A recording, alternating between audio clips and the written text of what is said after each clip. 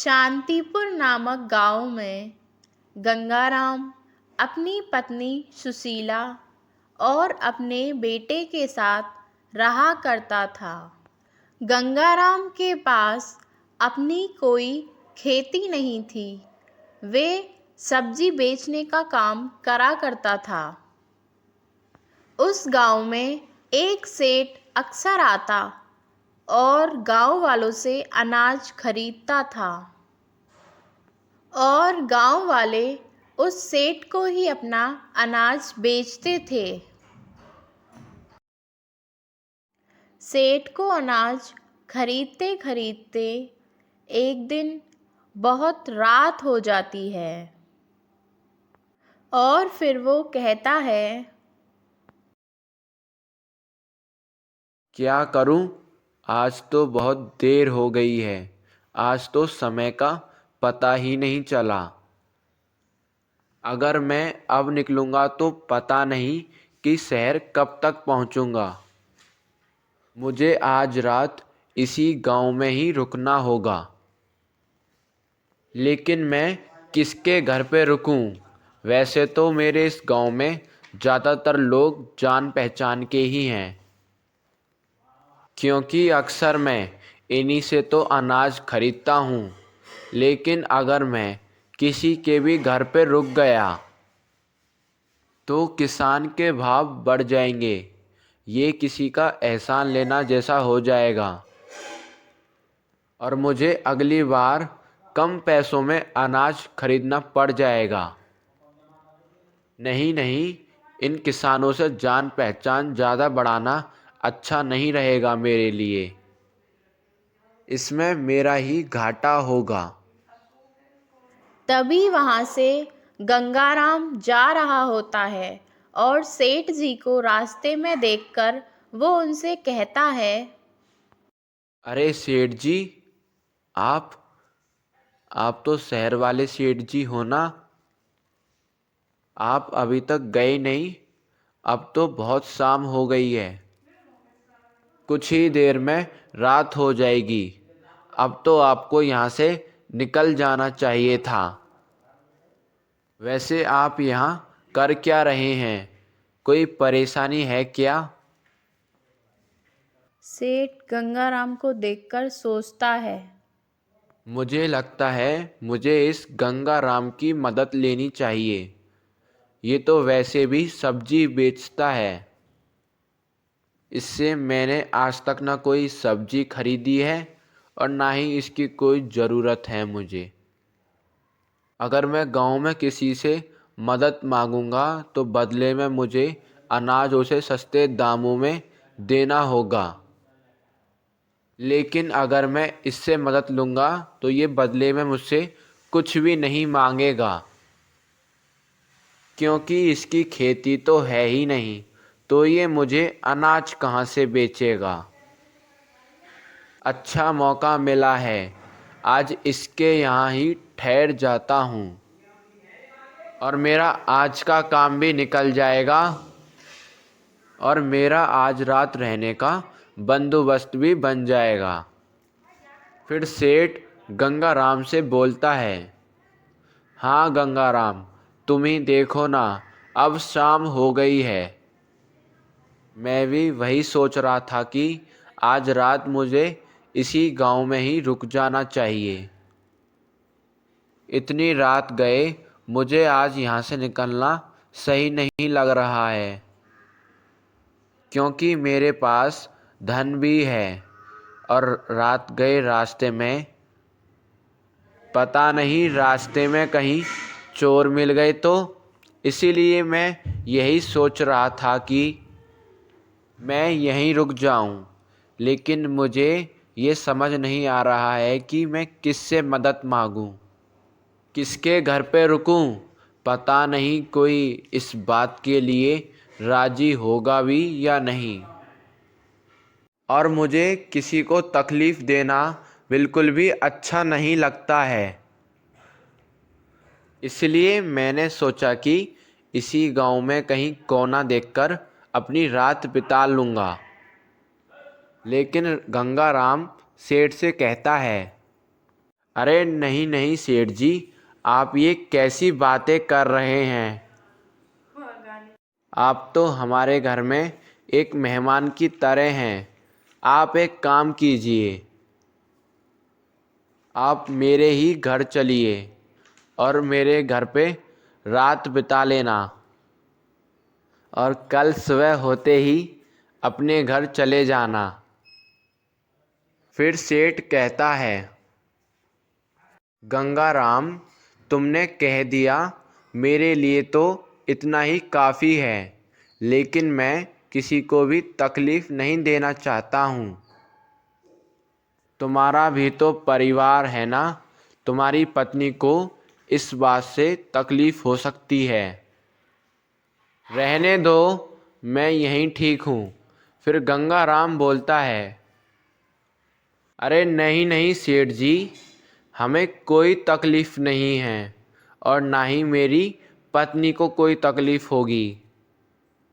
आप हमारे घर बेफिक्र होकर चलिए। फिर सेठ बोलता है, आप उसकी फ़िक्र मत करिए, आप चलिए मेरे साथ। और वैसे भी मेरा घर 2 कमरे का है, आप एक कमरे में रह जाना और दूसरे कमरे में मैं और मेरा परिवार रह जाएगा। कोई दिक्कत नहीं होगी आपको, आप चलिए मेरे साथ। फिर सेठ को ये अच्छा मौका मिल जाता है और वह गंगाराम से कहता है, अच्छा ठीक है, जब तुम इतना कह ही रहे हो तो मैं चलता हूँ, वरना तुम बुरा मान जाओगे। वैसे गंगाराम, तुम बहुत ही अच्छे हो। तुम्हारा बहुत बहुत शुक्रिया। तुम्हारा तो मुझसे कोई लेन देन भी नहीं है, जब भी तुम हमारी मदद कर रहे हो। सचमुच तुम बड़े ही नेक दिल इंसान हो। फिर गंगाराम सेठ लालचंद को लेकर अपने घर चला जाता है और घर पहुंचकर अपनी पत्नी सुशीला को सब कुछ बताता है। जी ठीक है, आज रात की ही तो बात है ना, और वैसे भी इतनी रात में बाहर रुकना सही नहीं है। आपने ठीक किया, वैसे मैं खाना बनाने जा ही रही थी, अब उनके लिए भी बना दूंगी। वो भी तो भूखे ही होंगे ना। हाँ सुशीला, उनके लिए भी गर्मा गर्म खाना बना दो।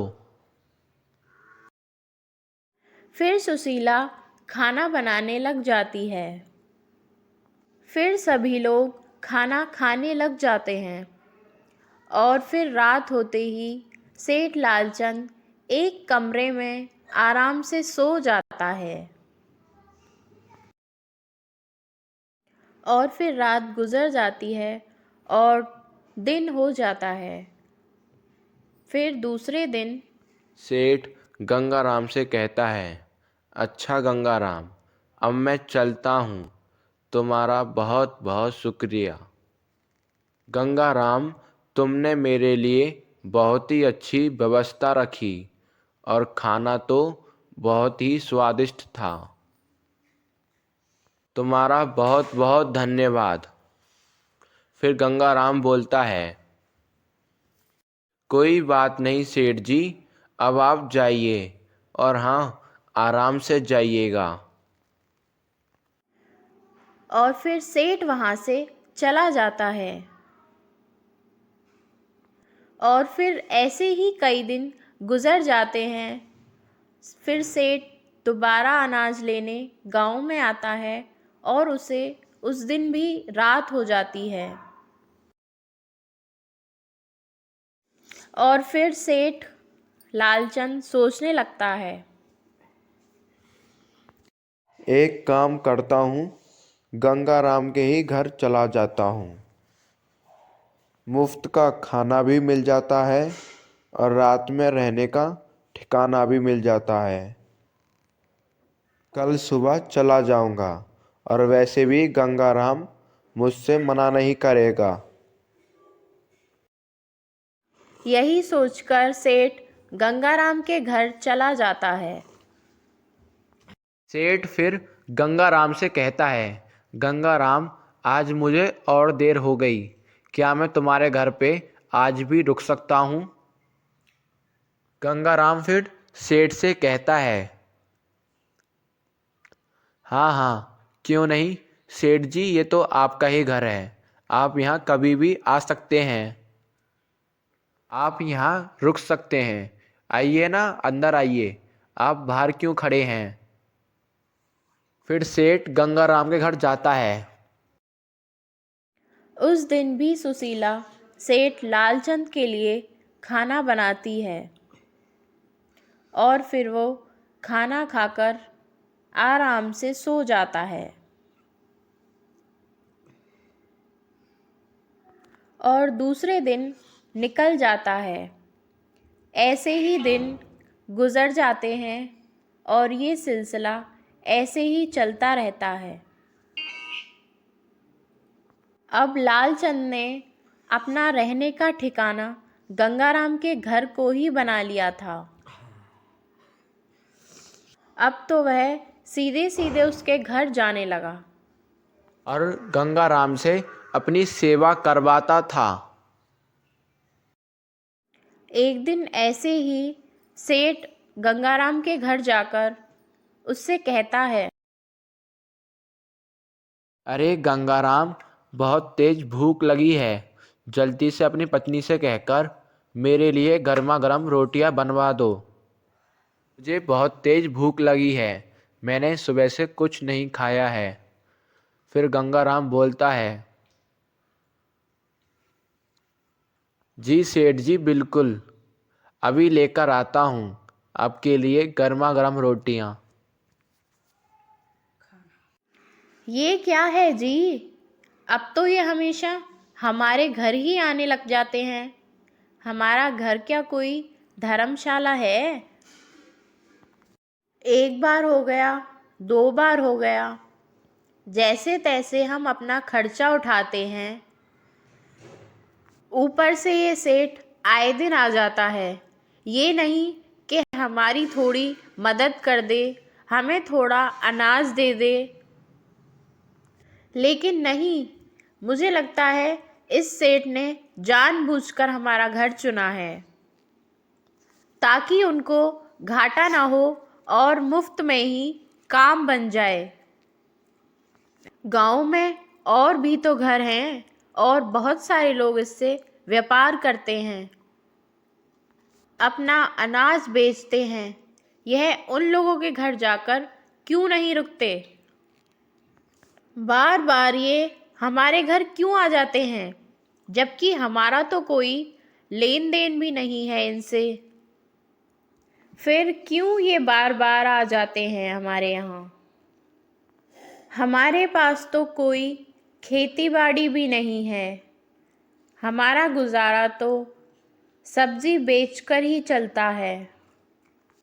उसमें भी ये सेठ लालचंद हमारे यहाँ आए दिन खाना खाने आ जाता है, रहने आ जाता है और आराम से सोकर निकल जाता है। सुशीला, जरा धीरे बोलो, अगर वह सुन लेंगे तो अच्छा नहीं लगेगा।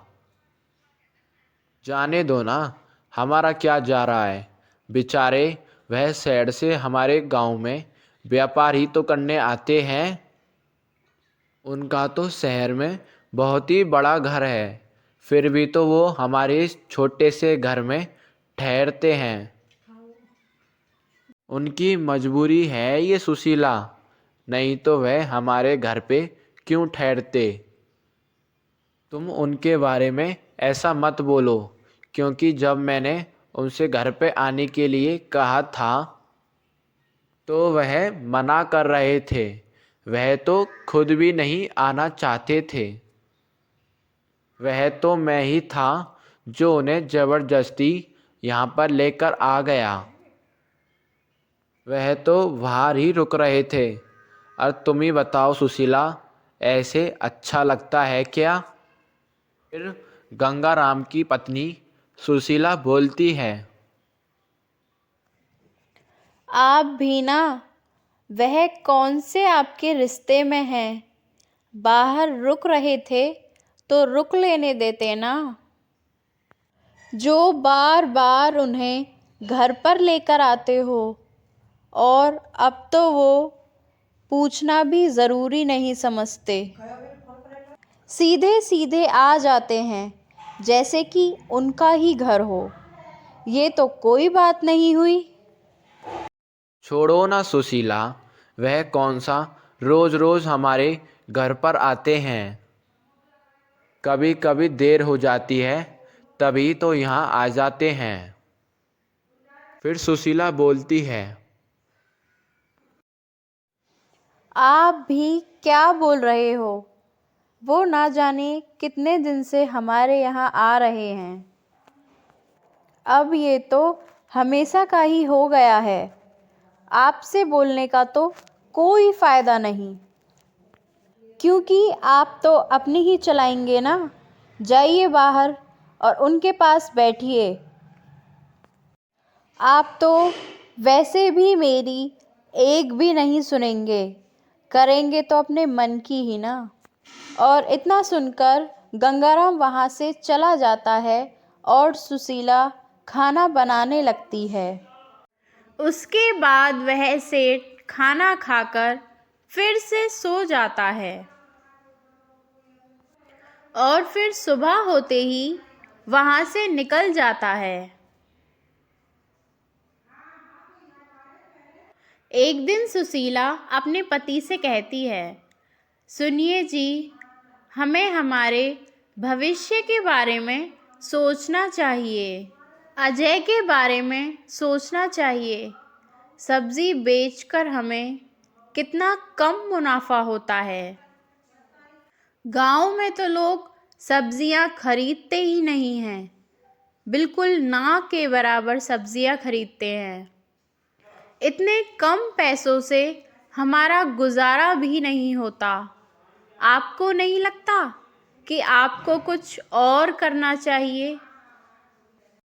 गंगाराम कहता है, तुम सही कह रही हो सुशीला, लेकिन हमारे पास ज़मीन भी तो नहीं है खेती करने के लिए।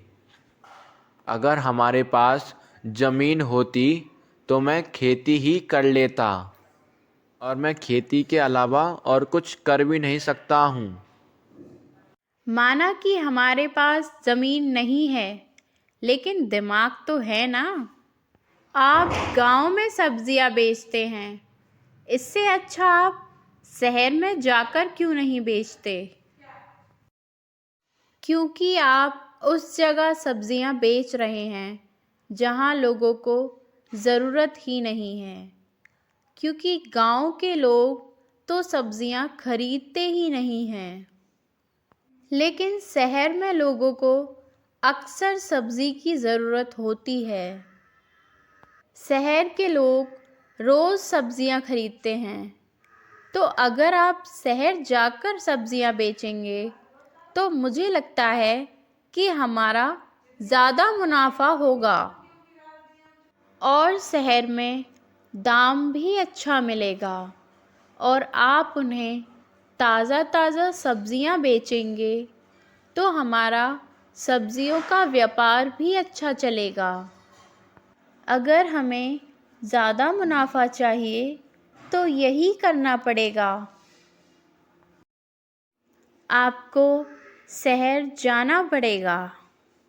अब आप ही मुझे बताइए कि मैं जो आपसे कह रही हूँ वो सही है या गलत है? आप सहमत हैं मेरी बात से? हाँ सुशीला, तुम बिल्कुल ठीक कह रही हो। मैं शहर जाकर सब्जियां बेचूंगा, लेकिन सुशीला, एक बहुत बड़ी दिक्कत है। लेकिन शहर तो बहुत दूर है। अगर मैं शहर में सब्जियां बेचने जाऊंगा तो मुझे आने में देर हो जाया करेगी, और मुझे कभी कभी आते आते तो बहुत वक्त हो जाएगा। और इतनी रात को मैं अकेले घर भी तो नहीं आ सकता, और मेरा तो शहर में कोई जान पहचान का भी नहीं है। सुशीला, मैं शहर में कहाँ रुकूंगा? जान पहचान वाला है ना, वो सेठ जी जो हमारे यहाँ अक्सर आना जाना करते हैं, उनका घर तो वही है ना। आप एक काम करिए, आप सब्जियां बेचकर उन्हीं के घर रुक जाया करिए। और मैं यह भी देखना चाहती हूँ कि वो सेठ जी आपको अपने घर पर रुकने देते भी हैं या नहीं। फिर गंगाराम सुशीला से कहता है, हाँ सुशीला, तुम बिल्कुल सही कह रही हो। वह सेठ भी तो शहर में ही रहता है। वह मुझे अपने घर पे ज़रूर रुकने देंगे। वैसे भी तो वह हमारे घर पे बहुत दिनों से आ रहे हैं, तो वह भला मुझसे क्यों मना करेंगे। मैं भी तो एक बार सेठ जी के घर पर जाकर देखना चाहता हूँ, क्या वो मुझे अपने घर पे आने देंगे या नहीं। आप बहुत भोले हैं, आप लोगों को नहीं जानते। मुझे तो नहीं लगता कि वो सेठ जी आपको अपने घर पर रुकने देंगे। देख लेना, वह कोई ना कोई बहाना बनाकर आपको अपने घर से भगा देंगे। मैं ऐसे लोगों को अच्छे से जानती हूँ। लोग बहुत एहसान फरामोश होते हैं। जब उन्हें ज़रूरत थी तो वो हमारे घर मीठी मीठी बातें करके तो आ गए, लेकिन जब आपको ज़रूरत पड़ेगी तो वो आपके काम नहीं आएंगे। मुझे तो पूरा यकीन है कि वे सेठ जी आपके साथ ऐसा ही सुशीला, करेंगे। तुम गलत सोच रही हो। सेठ जी बहुत ही अच्छे दिल के हैं। उनके मन में ऐसा कुछ भी नहीं है। तुम देख लेना। अब जब मुझे उनकी ज़रूरत पड़ी है तो तुम भी देख लेना, वह भी मेरी ज़रूर सहायता करेंगे। शहर जाकर मैं उन्हीं के घर रुकूंगा और मुझे पूरा यकीन है कि सेठ जी मुझे उनके घर पर रुकने के लिए ज़रूर कहेंगे। और तो और हमारी खातिरदारी भी करेंगे, क्योंकि हमने भी तो उनकी बहुत ही ज़्यादा खातिरदारी की थी।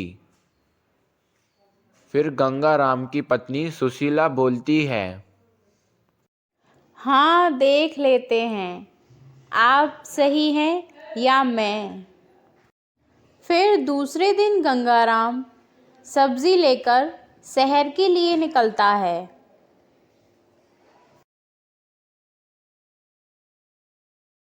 और वहाँ सब्जियाँ बेचने लग जाता है।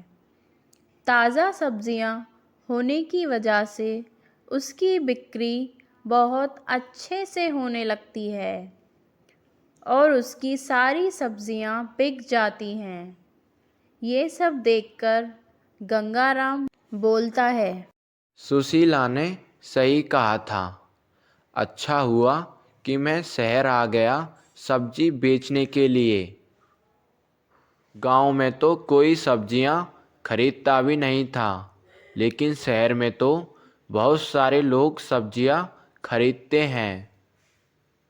अब मैं ऐसे ही रोज़ शहर आकर सब्जियां बेचने लगूंगा और मुझे बहुत मुनाफा होगा।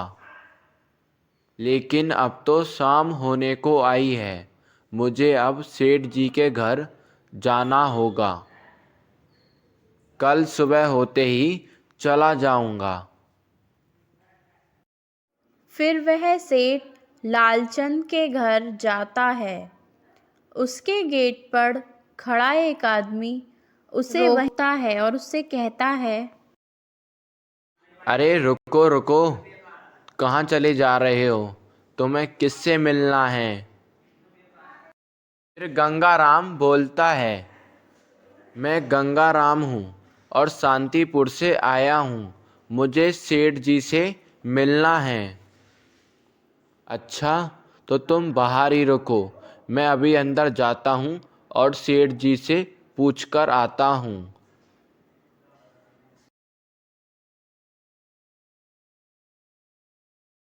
सेठ जी, बाहर कोई आदमी आया है और बोल रहा है कि मैं गंगाराम हूँ और मैं शांतिपुर से आया हूँ, मुझे सेठ से मिलना है।